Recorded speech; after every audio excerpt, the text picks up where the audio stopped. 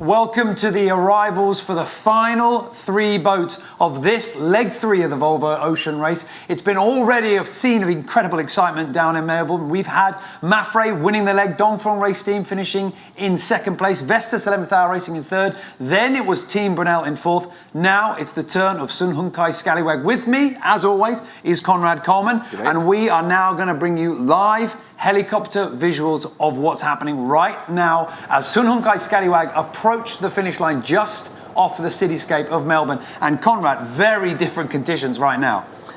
Well, for sure. Last time we saw them just almost 24 hours ago, charging in here, big downwind conditions, nice surfs in the bay after making it relatively unscathed all the way through the Indian Ocean.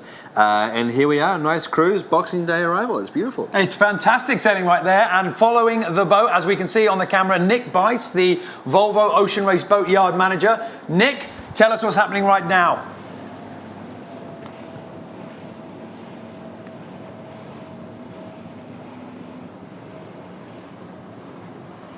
Well, in stark contrast to the conditions yesterday, it's a beautiful day on Port Phillip Bay. But a little bit different. They're not flying in at 20 knots today, doing 7 or 8 knots. We're a couple of miles from the finish line.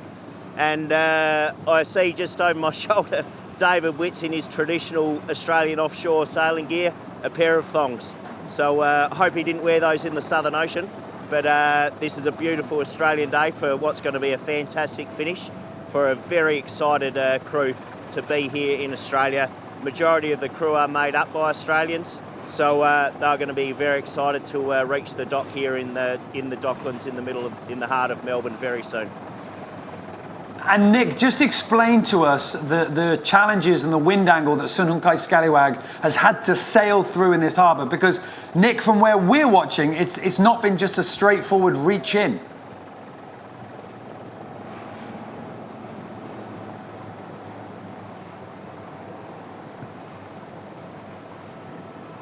No, that's correct. When the boats came through the harbour entrance very early this morning, they had a light easterly breeze, so they had to beat up the southern channel to get into Port Phillip Bay, and then it was an absolute glass out. They had no wind at all, and they've slowly made their way up Port Phillip Bay in a nice amount of breeze now.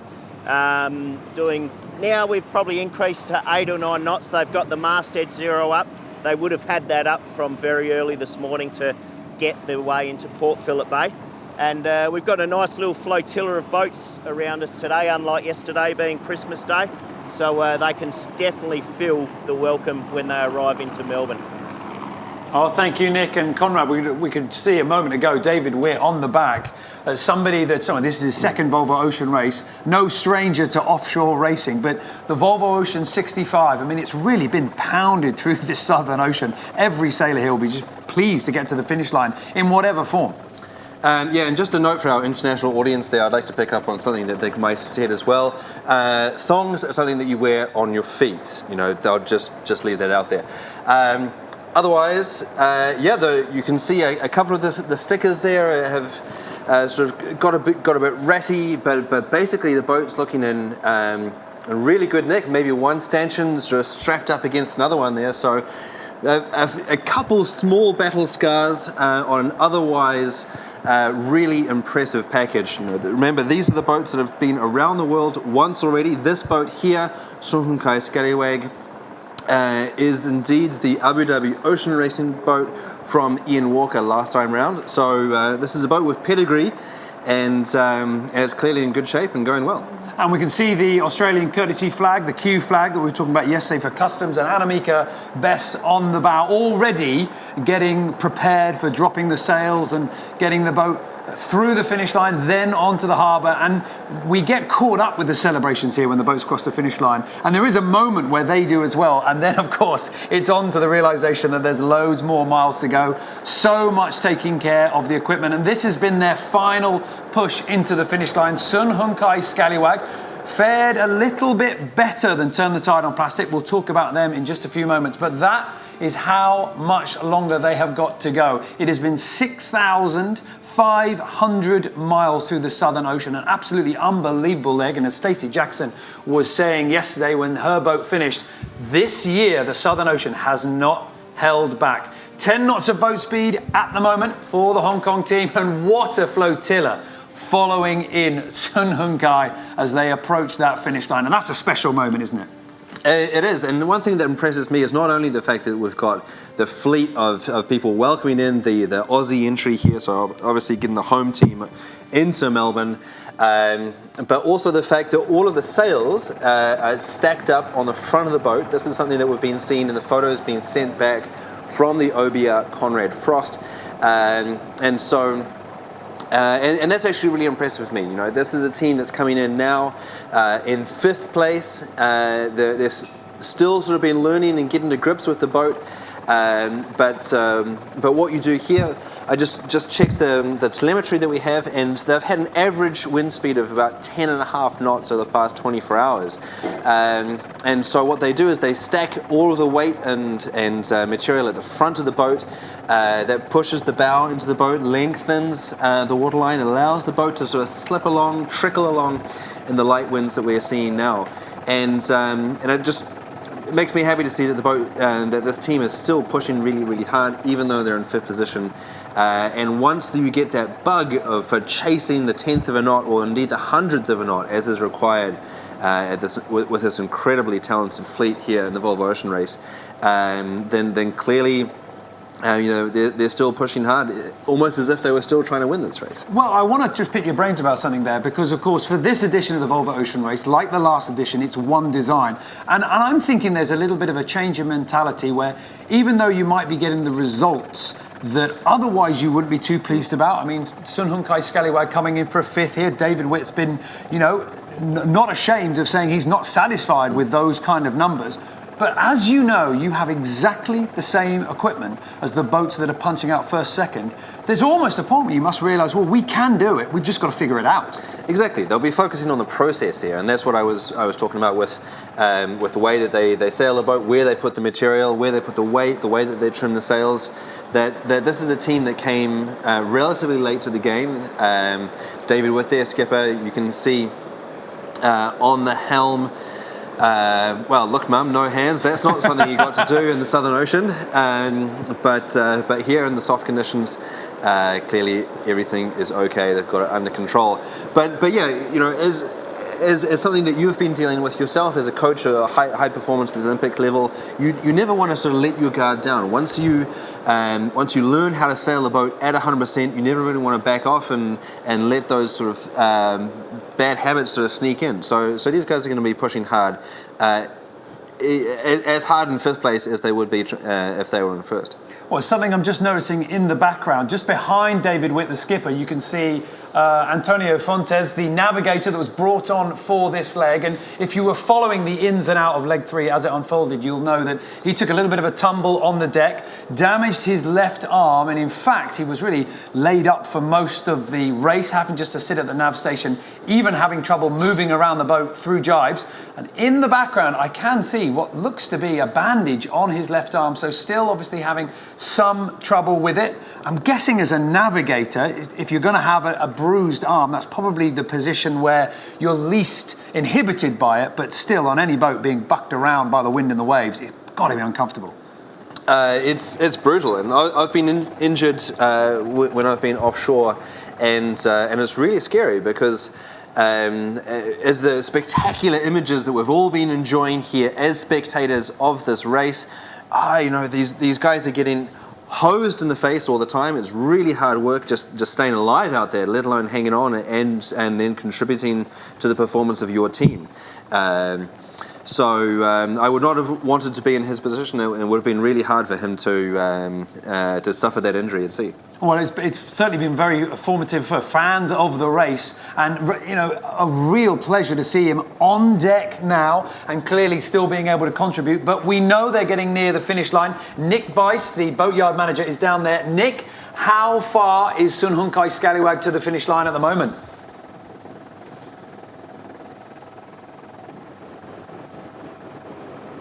Oh, it's less than half a mile to the finish line, so only a couple of minutes to go here. And they look at exactly on the ley line, so they'll make it through on this jibe. I just heard you talking about Antonio Fontes there earlier. What a fascinating story. He joined the boatyard almost during the refit to work in the deck hardware department and with the ambition to sail in the Volvo Ocean Race. And I told him the best thing that you can do is actually know these boats inside out, get to know some of the teams, and straight away he got a job with Team Scallywag on the shore, got promoted to a spare crew member, and then, believe it or not, he was actually on Akzo Nobel, for those that know that story, during leg 1, and here he is in leg 3 as navigator, replacing Steve Hales in one of the most iconic legs ever. So kudos to him. He still looks to be going, and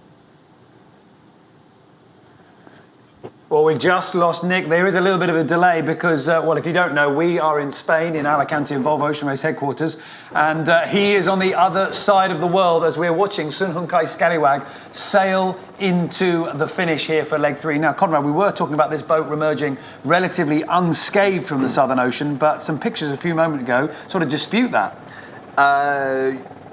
Sure, but frankly, it's fantastic what Nick Bice was saying for two reasons. One is that as they're coming into this short pit stop here in Melbourne, they don't have the full resources of the boatyard team behind them, and so actually a lot of the repairs that are going to be done on board the boat in this coming week are going to be done by the sailing crew themselves. And so it's fantastic that Antonio actually started working on these boats in the boatyard before scoring the spectacular sailing role, not only a sailing role but a navigator's role. And then for those of you that are watching at home on Boxing Day thinking, wow, this looks like a bit of fun, I'd like to have a crack at that myself, pick up on what Nick Bice just said. He has done the race himself, both as a sailor and as shore crew.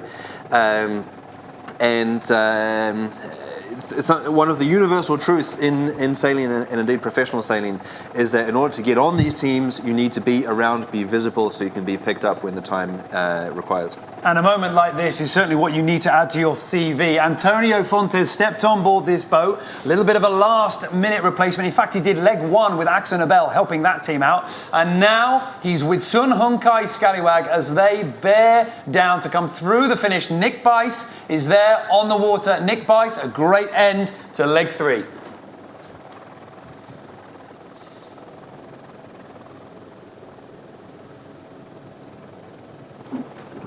Oh, what a fantastic finish.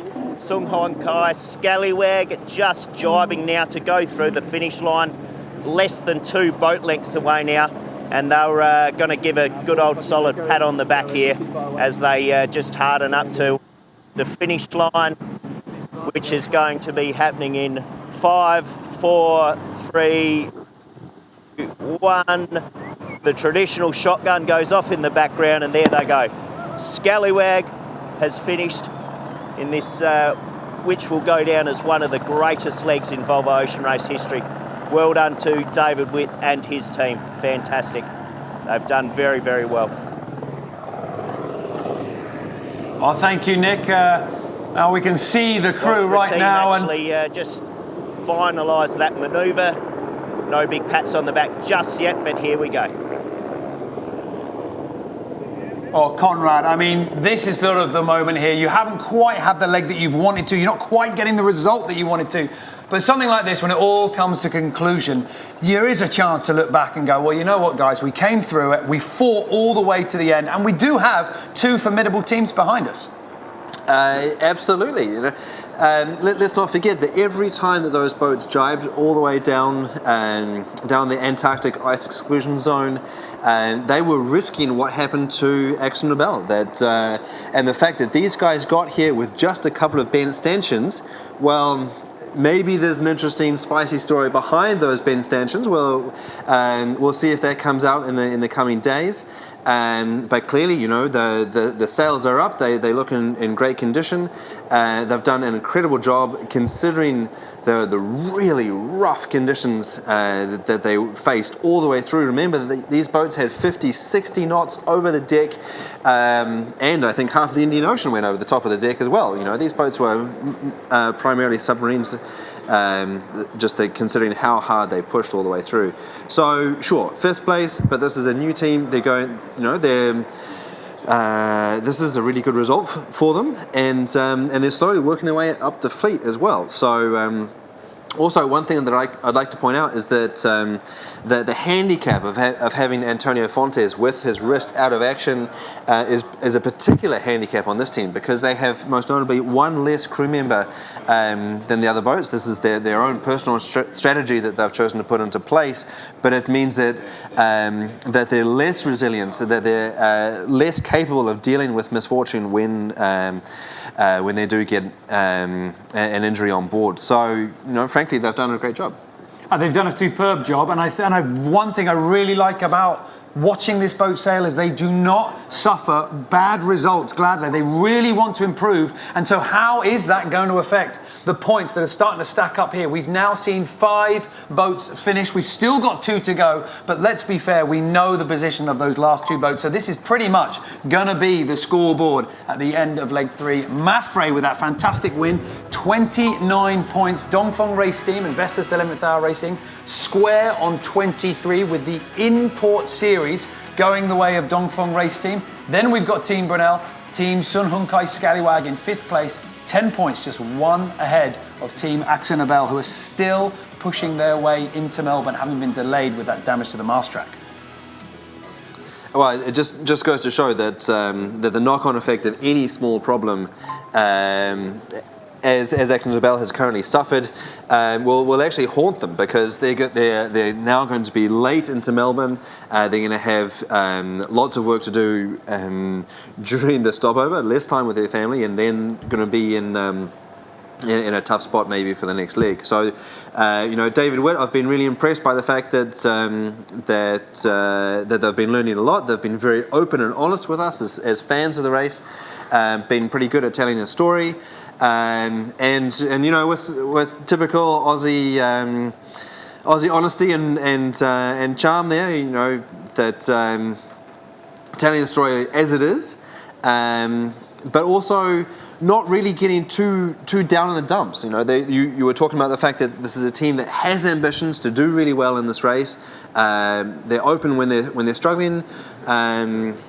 And it's actually a really good example for anybody who does want to participate in this race themselves. Watch this, watch just how hard this race is through the eyes of this team. You'll get a really good picture. Oh, you certainly get a very honest picture. All the highs, all the lows. It's been a tough leg for all the teams. And of course, Sun Hunkai Scallywag has been there pushing all the way through leg 3. A fantastic display of great sailing.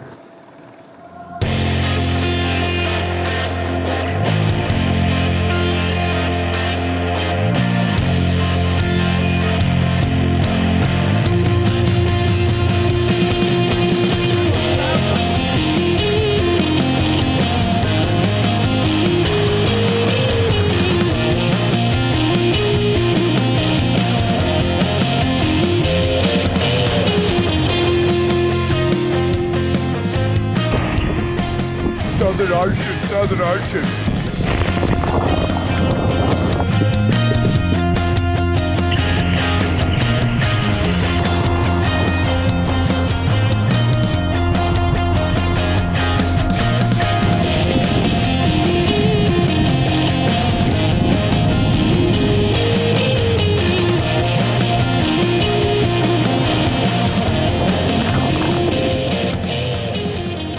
Why do we rave about coming down here? I don't understand.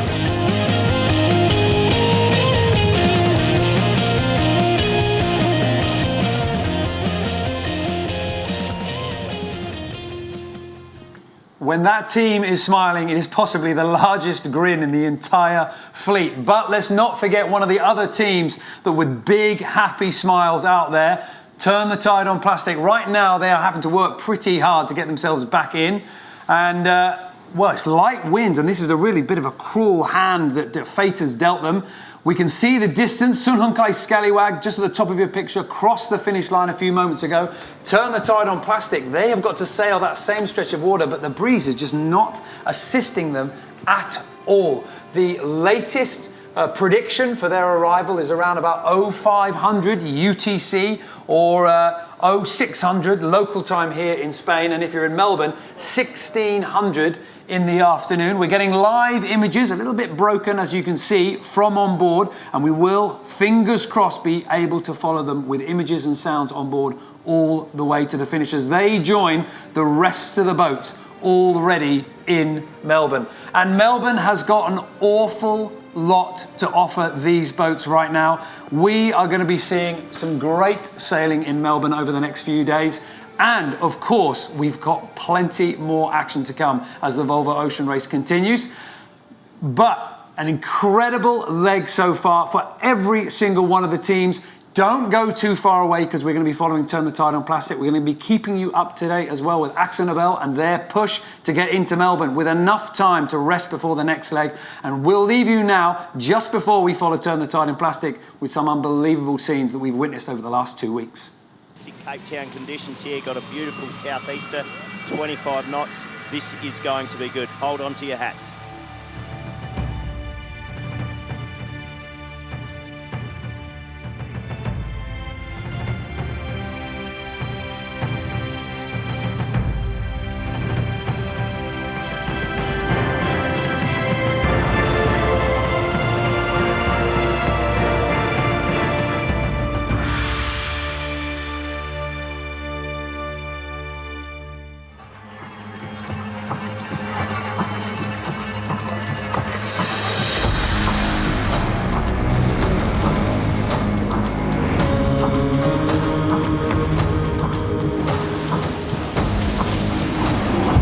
Offshore with some big waves and 40 knots, so it's a bit complicated. Upwind with some tacks to do.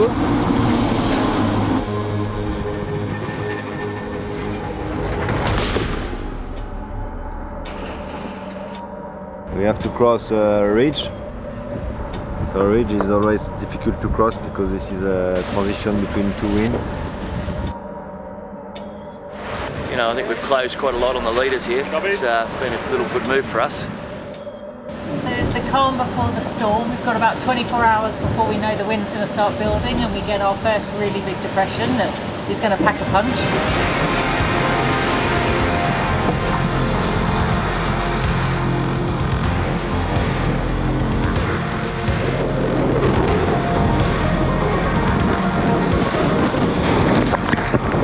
Beautiful Southern Ocean. Into the Southern Ocean. This is where the fun begins.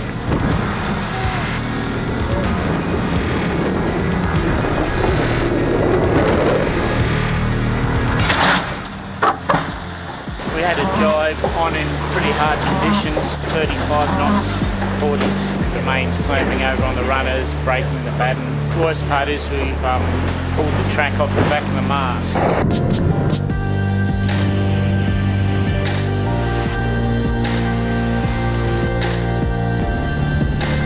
We're having a big battle here with Dolphin.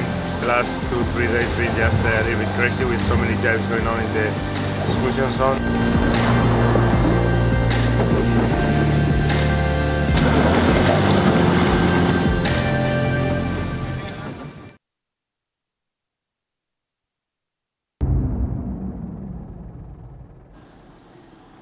Merry Christmas from all of us here at Volvo Ocean Race headquarters in Alicante. We are linking live with Melbourne, the scene for the finish of leg 3 of this edition of the Volvo Ocean Race. They have sailed 6,500 miles from Cape Town through some of the toughest conditions that the Volvo Ocean Race has seen for years. But now the warm welcome of the city in Australia is just laid bare for the team. Sun Hung Kai Scallywag crossed the finish line just a few moments ago. And now the Volvo Ocean 65 with David Witt as skipper has made it to the dockside. We are hopefully going to be able to hear from the sailors and certainly get a little bit of a sneak peek into that wonderful moment when they finally get to step onto dry land after such a tough leg. The boat reversing in backwards.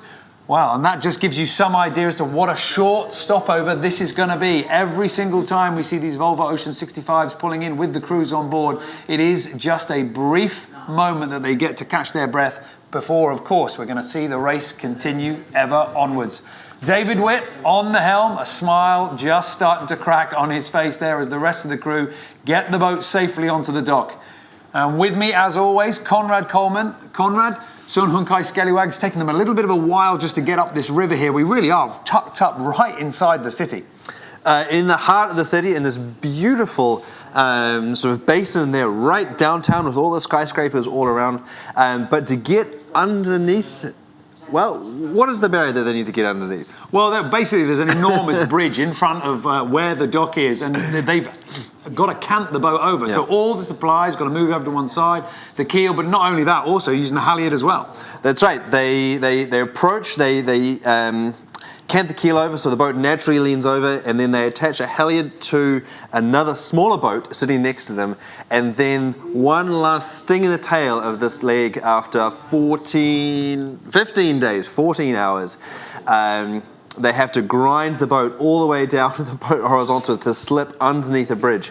So Melbourne is, unlike its sort of more famous sister, cousin, and Sydney, not known so much for a sailing city, and maybe that bridge is one of the reasons.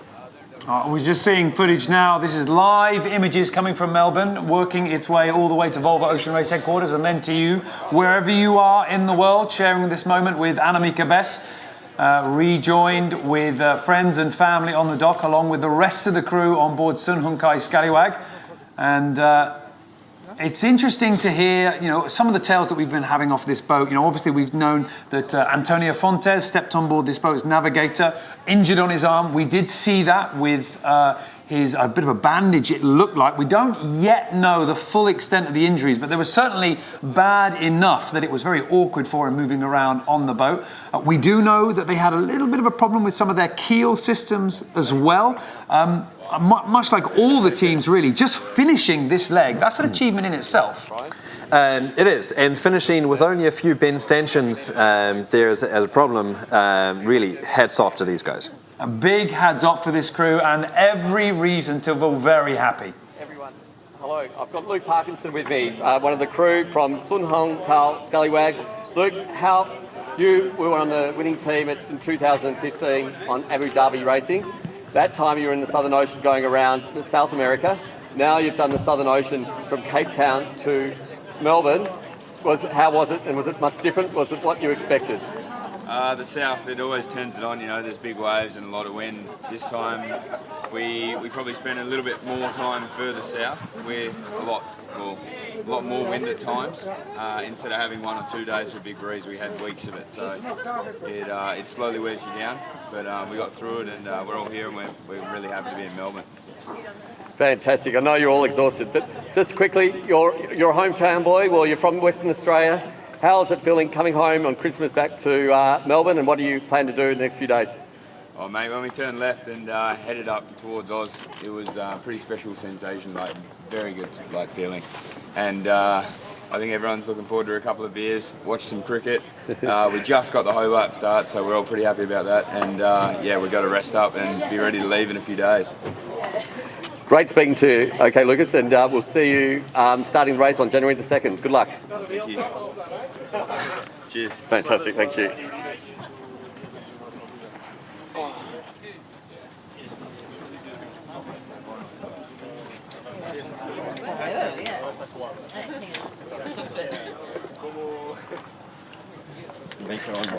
Hi, nice to meet you. Ready? Hi, I'm here with Annemieke Bess from the Netherlands, and congratulations, Annemieke. Just last time I grew up watching you sail in the Olympic Games, in many Olympic Games, and now you're an ocean racer. And I just wanted to know, is it tougher being in the Olympics or is it tougher being in the Volvo Ocean race crew? No, for definitely this is much tougher. Of course, yeah, it's different, but this is what we did the last 2 weeks. Is just well, I never expected that it was like this. It was, you know, every day, windy, waves, cold water, and yeah, we just. You know, we kept on going and tried to get fast and better, but yeah, it was very special. Just look, how's the body? How are you? How do you feel right now? You're smiling, but really, how do you feel right now? Yeah, no, I must say it was really nice actually to sit here in my shorts.